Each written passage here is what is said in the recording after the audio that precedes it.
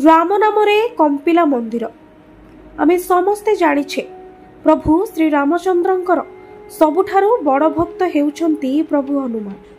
एक विरल दृश्य आज पवित्र रामनवमी रे देखिबाकु मिलिछि। आज्ञा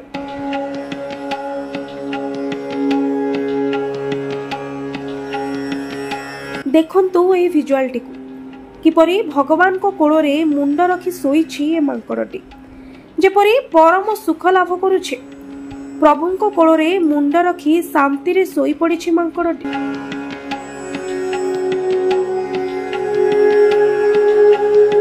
एही दृश्य को देखि मंदिर रे समस्ते आश्चर्य होइथिले। भक्तंकर भीड़ मध्य जमिथिला। किछि समय परे भाव विभोर होइथिले भक्तगण।